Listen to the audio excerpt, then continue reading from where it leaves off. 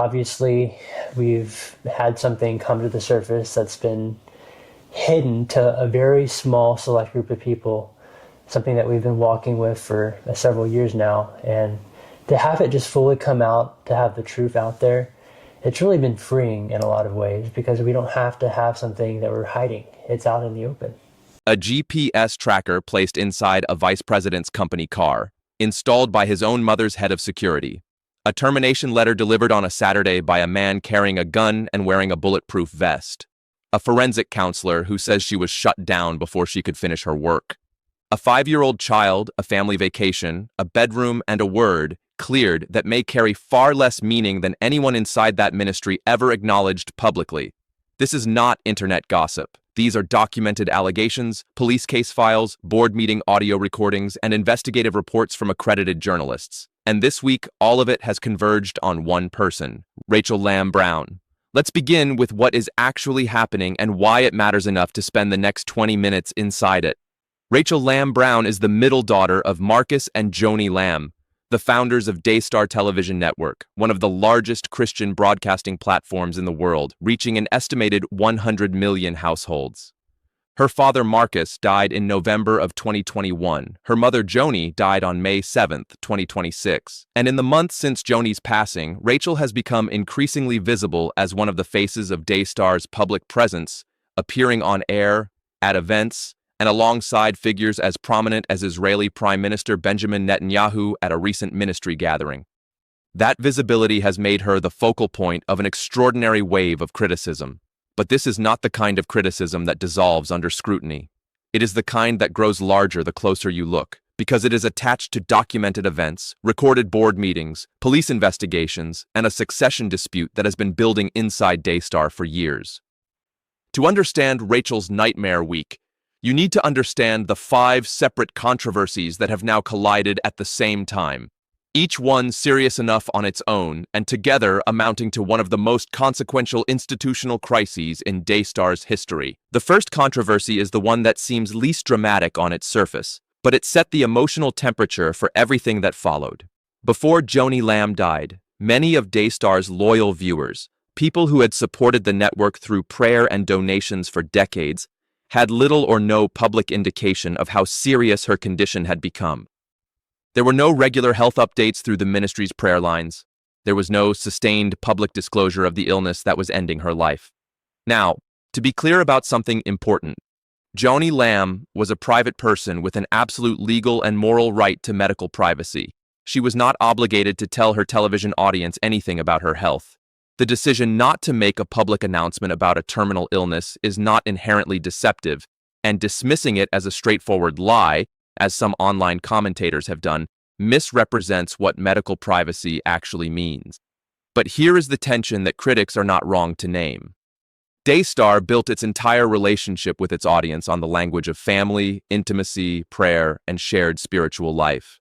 For 30 years, Daystar told its viewers that they were part of something, that they were the extended Lamb family. That framing creates expectations. When an institution asks you to give sacrificially, to pray daily, to feel personally connected to the people on screen, and then something as significant as the slow death of its founder unfolds almost entirely behind closed doors, some supporters will feel that the intimacy they were sold was selectively deployed, available when donations were needed, unavailable when difficult truths were unfolding. That is not a legal claim. It is not proof of deliberate deception. But it is a legitimate question about the consistency between the brand and the reality. And it is one of the reasons Rachel, as an increasingly visible figure in Daystar's public life, is absorbing criticism that extends beyond anything she personally controlled. The second controversy is far better documented and considerably more disturbing. Jonathan Lamb is Joni and Marcus Lamb's only son. He spent years working within Daystar, on air, in leadership, and as vice president of the network his parents built. He and his wife Susie were recognized members of the Daystar public family. And according to a detailed investigative record published by The Roy's Report, which includes audio recordings, written correspondence, and first-hand testimony from multiple parties, the process by which Jonathan was eventually removed from Daystar involved a series of actions that critics have described as institutional intimidation on a significant scale. Here is what the documented record shows. In November of 2023, Jonathan noticed on Daystar's own security camera feed that Shannon Kelly, the network's head of security, had opened the trunk of Jonathan's company car and reached inside for approximately 30 seconds. Jonathan confronted Kelly, who denied placing anything. A mechanic subsequently found a GPS tracking device in the trunk. Documentation obtained by the Roy's report shows that expense reports for those trackers were dated October 2023. Nearly 2 years after the date, Daystar later claimed all company vehicles had been equipped with trackers following Marcus Lamb's death. When the Roy's report asked Daystar directly and specifically when the tracker was placed in Jonathan's car and why, Daystar did not respond. Then came the surveillance. In September of 2024, Jonathan and Susie discovered they were being followed by a private investigator driving a purple car on local streets, with their children in the vehicle. They released video to the Roy's report showing the car trailing them. Jonathan confronted the driver, who identified himself as an investigator and said he could not disclose who had hired him. The license plate was registered to a private investigator named Jameson Bradley Parker. When the Roy's report asked Daystar twice whether the ministry or Joni Lamb had hired Parker, Daystar did not respond. On November 16, 2024, a Saturday, which Jonathan says was a deliberate departure from how Daystar normally handled personnel matters, Shannon Kelly appeared at Jonathan and Susie's home. He was carrying a gun and wearing a bulletproof vest. He delivered a letter informing Jonathan that he was terminated and no longer had access to Daystar property. The timing of that termination is significant. The Roy's report had reached out to Joni Lamb for comment on Jonathan's allegations the day before. Jonathan believes the Saturday delivery was designed to send a message beyond the legal content of the letter. An audio recording of the board meeting in November 2023, which Jonathan provided to the Roy's report, captures Daystar's own attorney telling Jonathan that what he had said in that room constituted insubordination and grounds for termination. The board gave Jonathan 24 hours to sign a non-disclosure agreement or lose his position. He refused to sign it. He lost his position. A succession plan document existed, one that had named Jonathan as Joni's successor as president of Daystar. At the board meeting, board member Tom Callender stated that he had not signed it, and that therefore it was not in effect at all. Critics described Jonathan as having been pushed out of his birthright. That language is emotionally powerful, but legally imprecise. A succession document that was never formalized carries limited enforceability. What is accurate is that a plan existed, that it named Jonathan, and that the person responsible for making it effective declined to do so. Whether that constitutes a betrayal of intent or a legitimate institutional decision is a question the public record does not settle definitively. What it does establish is that Jonathan's exit from Daystar was not a quiet resignation. It was a documented adversarial removal that involved surveillance, intimidation claims, and a security chief arriving armed at a family member's door. Before we move on, I'd like to ask you a small favor. If you appreciate this content, please take a second to like this video and subscribe to the channel. Over 99% of you watch the videos without subscribing. It costs you nothing, but it makes a huge difference to us. Thank you so much. Now, back to the video. This is the most sensitive part of Rachel's nightmare week. It involves a child. It involves her husband.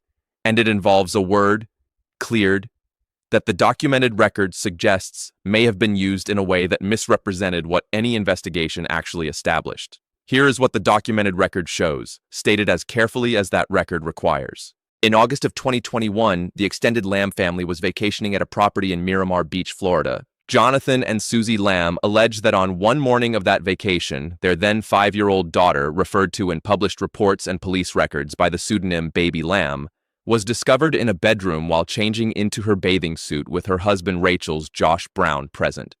Jonathan and Susie said they reported their concerns about this incident to Joni and Marcus Lamb, who subsequently arranged for the family to work with Denise Boggs, a pastoral counselor close to the family. Boggs brought in a licensed forensic counselor named Debbie Leonhardt to conduct a proper investigation. What happened next is where the documented record becomes critically important. According to the Roy's report, which spoke directly with Leonhardt, the forensic counselor was unable to complete a proper assessment of Josh Brown because his wife Rachel answered the questions for him during their interview session. Leonhardt told Josh he needed to return for a proper individual interview. Josh declined. Marcus Lamb subsequently told Jonathan that the investigation had cleared Josh of all allegations. But Leonhardt did not clear Josh. She was never able to conduct the interview that would have been the basis for any such conclusion. Jonathan learned of this discrepancy in November of 2023 when Denise Boggs told him that his father had not accurately represented what the investigation found. The Roy's report confirmed the facts directly with Leonhardt. Marcus Lamb, who by then had already died from COVID complications in November of 2021, was unable to respond. The Colleyville Police Department subsequently investigated the allegations. In June of 2025, police closed the case without filing charges, stating that the child had not made an outcry. Police also said they would reopen the case if she did. Josh Brown has firmly and repeatedly denied all allegations of wrongdoing. In an hour-long police interview conducted on March 14, 2025, he categorically denied ever kissing the child on the lips, denied following her upstairs, and denied any inappropriate conduct of any kind. He described the Miramar Beach incident as a misunderstanding, saying he went upstairs with his 1-year-old son at baby Lamb's brother Israel's invitation to look at a city view, and was nowhere near the child when the screaming started. He characterized the allegations as a coordinated effort by Jonathan and Susie to gain leverage in their dispute over Daystar's leadership and his own position at the network. At the same time, the Roy's report has also spoken with Israel, now 13 years old Dar, who says he remembers a sleepover at Josh and Rachel's house. Josh denied that any such sleepover ever occurred. Here is what responsible coverage of this situation requires. There is a child at the center of this case. Nothing in the public record constitutes a criminal finding. Police closed the investigation without charges, noting specifically that the child had not made an outcry. The absence of charges does not establish that nothing happened. It establishes that the evidentiary threshold required for prosecution was not met under the circumstances as they existed at the time of the investigation. The case remains open to potential reinvestigation. Josh Brown deserves the presumption that accusations are not proof. Jonathan and Susie Lamb's publicly expressed concerns deserve to be heard without being dismissed as political maneuvering simply because they are inconvenient for the institution. Both of those principles exist simultaneously and neither cancels the other. What the documented record does not support is the claim that Josh was properly and formally cleared of specific allegations in any comprehensive sense. The investigation that was supposed to produce that finding was never completed. That is not a conclusion drawn by critics. It is a statement of documented fact confirmed by the forensic counselor herself. The word cleared carries enormous weight, and when that word is applied to a situation involving a child, using it in a way that overstates what any investigation actually established is not a minor semantic distinction. It is the difference between telling the truth and not telling the truth. And that is precisely why critics keep returning to it, and why the question of what Rachel knew about the investigation's actual findings and when she knew it has become so central to this moment. Into this already deeply complicated situation, another flashpoint has now been added, one that has accelerated the public criticism and given it a new specific target. Rachel Lamb Brown recently met with Israeli Prime Minister Benjamin Netanyahu at what appears to have been a Daystar-affiliated event for people of prominence and influence in Christian and political circles. The meeting has been photographed and circulated widely, and critics have seized on it as a symbol of exactly the kind of institutional contradiction they have been describing for months. Their argument runs roughly as follows. Here is a person at the center of multiple unresolved and serious controversies. Questions about her husband's conduct, questions about her brother's treatment, questions about succession and transparency, being welcomed into rooms with world leaders based on her position at an institution that has not publicly answered the most basic accountability questions being asked of it. The photograph of that meeting became, for many critics, the visual embodiment of the gap between Daystar's public posture and its internal realities. Critics have additionally questioned the financial dimensions of Daystar's long-standing support for Israel. The network has historically raised funds connected to Israel and Christian Zionism, a cause that Joni Lamb championed and that received the Israel Allies Award in 2024. Critics are now asking where specifically designated contributions related to Israel go, which organizations receive them, what administrative percentage is retained, and whether donors have access to any documentation allowing them to verify that their giving reached the purposes described. These are standard financial accountability questions for any donor-supported organization. Their presence in this controversy does not establish that any funds were misused. But the simultaneous presence of a high-profile photo opportunity with a world leader, alongside unresolved questions about how ministry money is tracked and disclosed, creates exactly the kind of optics that institutions cannot easily dismiss. Behind every single one of these controversies sits a structural question that Daystar has not publicly answered in any satisfying detail. Who actually runs this institution now? Joni Lamb is gone. Marcus Lamb is gone. Jonathan Lamb is outside the organization. Jonathan Weiss, Rebecca's husband, is still apparently connected to the network. Rachel Brown and Rebecca Lamb Weiss are increasingly visible publicly, but visibility is not governance. Appearing on television is not the same as holding executive authority. And the public has no clear way to understand from Daystar's own communications, who currently makes binding decisions about finances, programming, personnel, and institutional direction. The board meeting audio recording from November 2023, the one Jonathan provided to the Roy's report, establishes that as of that date, the board consisted of Joni Lamb, Jonathan Lamb, Tom Callender, and a newly added CFO named Arnold Torres. The board subsequently stripped Jonathan of his position. The current composition of the board, who holds what authority and what governance structure now oversees the network, are questions that Daystar's public communications do not clearly answer. This matters enormously to donors. When someone writes a check to Daystar Television Network, they are making a decision based on trust. They trust that the institution they are funding is governed responsibly, that their money is directed toward the purposes they were told it would serve, and that someone with identifiable accountability is making sure that happens. When the institution's leadership is in transition, when serious allegations involving family members have generated ongoing police investigations, when a succession plan was declared void at a board meeting, and when the organization's two founders are both deceased, donors have a heightened interest in understanding the governance structure that is now in place. That interest is not hostile. It is the ordinary expectation of anyone who has been asked to trust an organization with their money. Daystar has the ability to answer these questions. The fact that it has repeatedly chosen not to respond to direct inquiries from journalists, including multiple inquiries from the Roy's report on specific factual matters, is itself a kind of answer. Silence is a communication. And in this context, it communicates that the institution has something it would prefer not to document in writing. Here is what 5 separate controversies colliding at once actually reveals about the moment Daystar is in. Rachel Lamb Brown did not create most of the problems that are now being attached to her name. The Josh Brown allegations originated in a 2021 incident that predates her public visibility. The succession dispute began with decisions her mother made years before Joni's death. The governance opacity is an institutional pattern, not a policy Rachel personally invented. The financial accountability questions apply to the entire organization, not to Rachel as an individual. And the GPS tracker, the surveillance, the armed security visit, those were institutional decisions made above Rachel's pay grade, so to speak, in the chain of authority.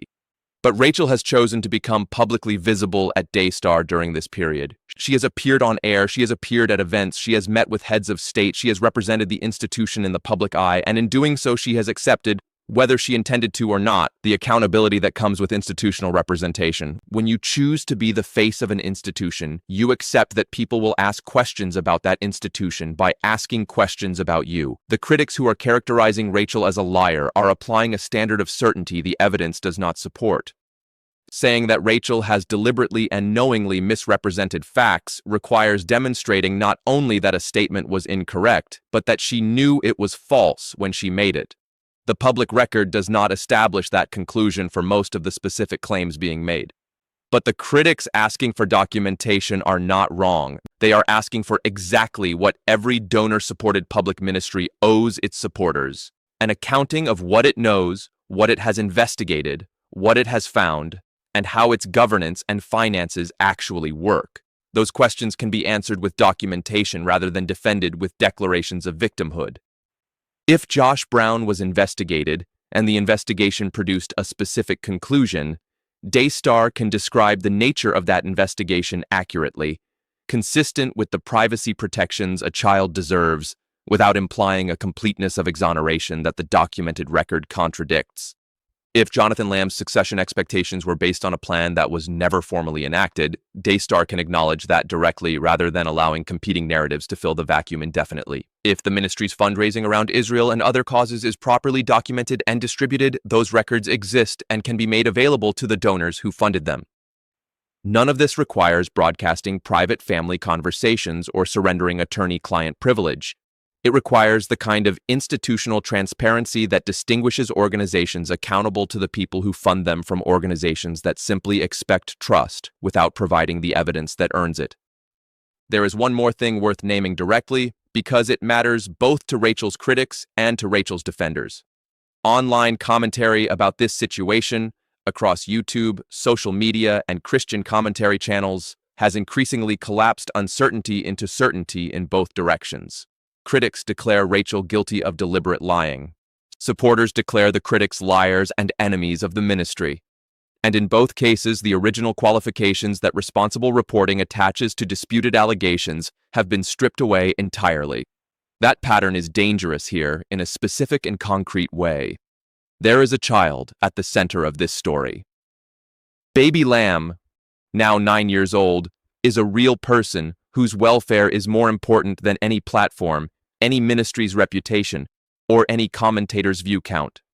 The question of what happened to her and whether anyone in a position of institutional authority prioritized protecting an institution over protecting a child is not a question that should be treated as content. It is a question that deserves the same evidentiary standards, legal seriousness, and human compassion that it would receive if the family involved did not happen to own a television network. Both principles are true simultaneously. Josh Brown is entitled to the presumption that allegations are not proof of guilt, and police did close the case without charges. And the fact that the investigation described as having cleared him was never properly completed is a documented fact that the institutions surrounding this case have not honestly accounted for. Holding both of those things at once is uncomfortable. It is also what honest coverage requires. The answer to Rachel's nightmare week does not come from the loudest commentator, the most devoted supporter, or the most viral clip. It comes from documentation. What was investigated, who conducted it, what was found, and what that means. Until Daystar provides that documentation where it can responsibly do so, the questions will not go away. They will simply grow louder with each new appearance, each new event, each new photograph with a world leader. And the child at the center of the most serious of those questions will keep getting older, which means at some point, she will be able to speak for herself. And when that day comes, the accuracy of the word cleared will matter more than it has ever mattered before. If this story matters to you, and the accountability questions it raises apply to every donor-funded institution, not just this one, share this video with someone who needs to hear it presented carefully rather than recklessly. Subscribe if you want coverage that stays close to what can actually be documented rather than what can simply be asserted with confidence. Thank you for watching.